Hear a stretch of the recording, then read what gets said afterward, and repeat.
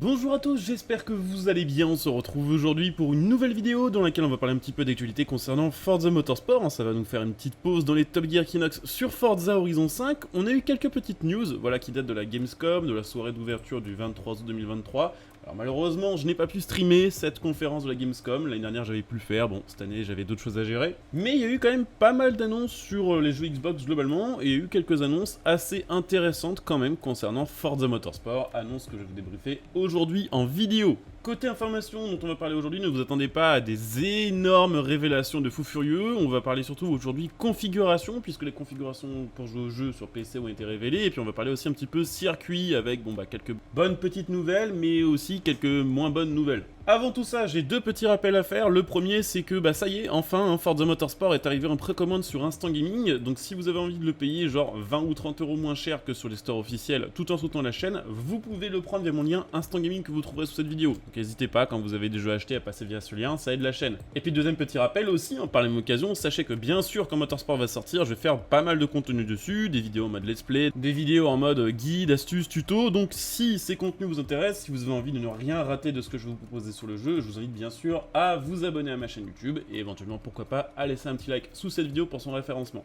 Bref, let's go pour les news. On va commencer par parler un petit peu des configurations annoncées pour PC, pour jouer à Forza Motorsport. Sachez que dans tous les cas, si vous jouez à Forza Motorsport sur PC, il vous faudra un SSD. Le jeu sera peut-être installable sur disque dur classique, mais le SSD est vraiment nécessaire. Je crois que sans SSD, vous risquez de vous retrouver avec les problèmes que j'avais sur Forza Horizon 5 à sa sortie, que j'avais installé sur le mauvais disque dur et qui était simplement du coup un disque dur classique, ou dans certaines zones, j'avais tout simplement des méga freeze parce que mon disque dur était trop lent pour charger tout ce qu'il y avait à charger comme information pour jouer au jeu de manière fluide. Donc vu que Forza Motorsport utilise le même moteur au final que Forza Horizon 5, le Forza Tech, on peut supposer qu'ils ont rendu obligatoire l'utilisation d'un SSD pour pouvoir justement éviter ce genre de problème. Alors sachez qu'il vous faudra au moins 130 Go de libre sur votre SSD, ça c'est le poids du jeu, et que c'est son poids Day One. On peut supposer qu'avec les DLC qui vont arriver sur le jeu, avec les différentes mises à jour gratuites, le jeu terminera quand même pas loin des 200 Go. Côté RAM, il vous faudra entre 8 et 16 Go, donc ça c'est assez standard au final en niveau configuration de jeu. Côté carte graphique, pour jouer au jeu en qualité minimale, il vous faudra une GTX 1060, ce qui me paraît plutôt honnête, les 1060 ça commence un petit peu à dater. Pour jouer en configuration recommandée, donc je suppose que c'est pour jouer en 1080p, 60 fps avec une bonne qualité graphique, il faut une RTX 2080, et pour ceux qui veulent jouer vraiment au max des settings, il faut une RTX 4080, ce qui commence à être un petit peu vénère. Et puis côté processeur évidemment, si vous voulez jouer en configuration low, il faudra un i5 8400, si vous voulez jouer en configuration recommandée, il faut partir sur un i5 11600, et puis si vous voulez jouer en configuration max, il faudra un i7 11700K. Donc en gros, si vous voulez jouer en jeu full,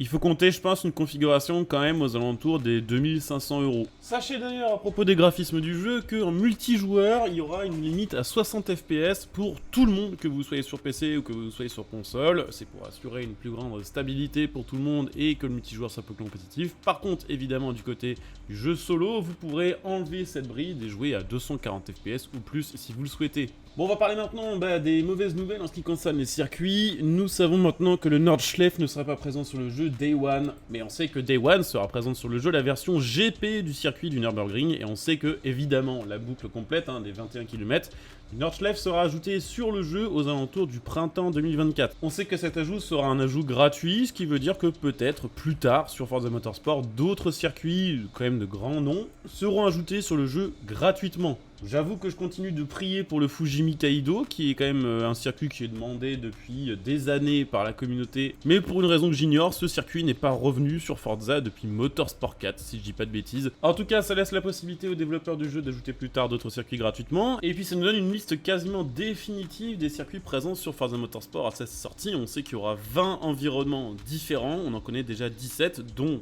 ceux que je vais vous citer. Catalunya, Spa-Francorchamps, le Eagle Rock Speedway, le Grand Hawk, le circuit de Hakone, le circuit d'Indianapolis, il y a Kyalami, Laguna Seca, Le Mans, Maple Valley, le Mugello, le Mid-Ohio, le NURB, du coup dans sa version GP et dans sa version Nordschleife un peu plus tard, le Road America, Silverstone, Suzuka et Virginia. Donc pour l'instant, si je dis pas de bêtises, il en manque 3 qu'on ne connaît pas.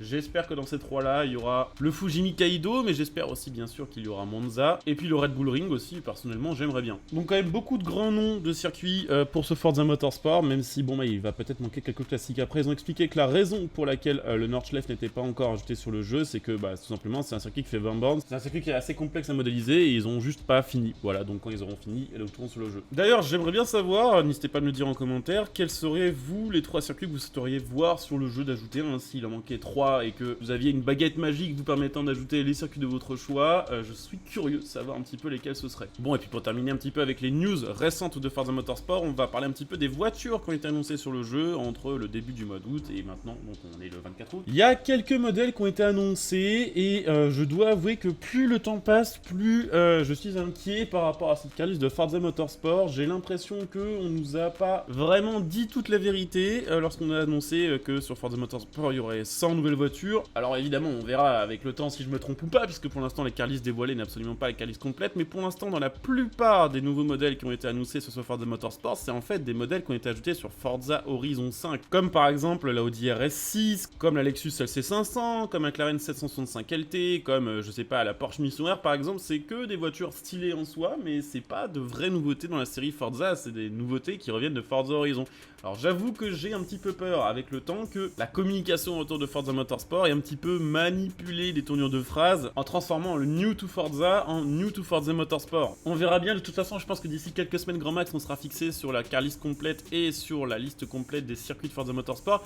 Je vous avoue que même s'il y a pas mal de choses on va dire un peu bizarres qui sont annoncées au fur et à mesure du temps, et même si j'ai l'impression que la communication autour de Forza Motorsport se concentre vraiment que sur certains points, comme si on voulait pas nous montrer certains points qui seraient un petit peu douteux, j'ai quand même très envie de jouer au jeu. Ça fait quand même longtemps qu'on n'a pas eu de nouveau Forza Motorsport, le dernier date de 2017, et même si certains diront, voilà, qu'entre-temps on a eu des jeux comme Gran Turismo 7 qui sont sortis, bah, l'expérience Gran Turismo et l'expérience Forza Motorsport c'est pas tout à fait la même. Sur Forza Motorsport c'est peut-être un peu moins réaliste, mais c'est un peu plus fun aussi, c'est un peu plus vivant, un peu plus dynamique, la carrière en général est assez bien organisée. En plus de ça, on sait que la physique de Forza Motorsport sera beaucoup plus réaliste que celle de Forza Motorsport 7, ce qui est quand même plutôt une bonne nouveauté, et puis on sait que tout le multijoueur a été retravaillé, qu'il y aura beaucoup plus de choses à faire multijoueur que sur Forza Motorsport. On sait qu'il y aura des épreuves en ranked qui seront basées sur la marque de voiture, également sur la classe, sur le style de voiture. On sait que les voitures seront de base équilibrées côté performance et côté amélioration pour éviter de devoir farmer les pièces d'amélioration avec une voiture que vous voulez absolument jouer en multijoueur en compétitif. Et on sait qu'il y aura le système de week-end de course qui sera implémenté, où vous aurez d'abord les phases d'essai, les phases de qualification et puis la course finale. Donc il y a quand même beaucoup de choses très cool ajoutées sur ce Forza Motorsport, et à côté de ça, bon, c'est vrai qu'il y a quelques petites news un peu décevantes, mais de toute façon, comme on dit, le jeu parfait n'existe pas, mais il est tout à fait probable que Motorsport 8 soit meilleur que Motorsport 7 et soit peut-être sur le podium des meilleurs Forza Motorsport ever. En tout cas, j'espère que cette vidéo vous aura permis d'en apprendre un peu plus sur ce Forza Motorsport. Si c'est le cas, n'hésitez pas à soutenir la chaîne gratuitement en venant par exemple me follow sur Twitch en utilisant votre Prime, ou de manière payante en devenant des soutiens via le bouton rejoindre sous cette vidéo. De mon côté, je coupe cette vidéo ici, je vous dis à très bientôt. En attendant, bon jeu à tous, ciao.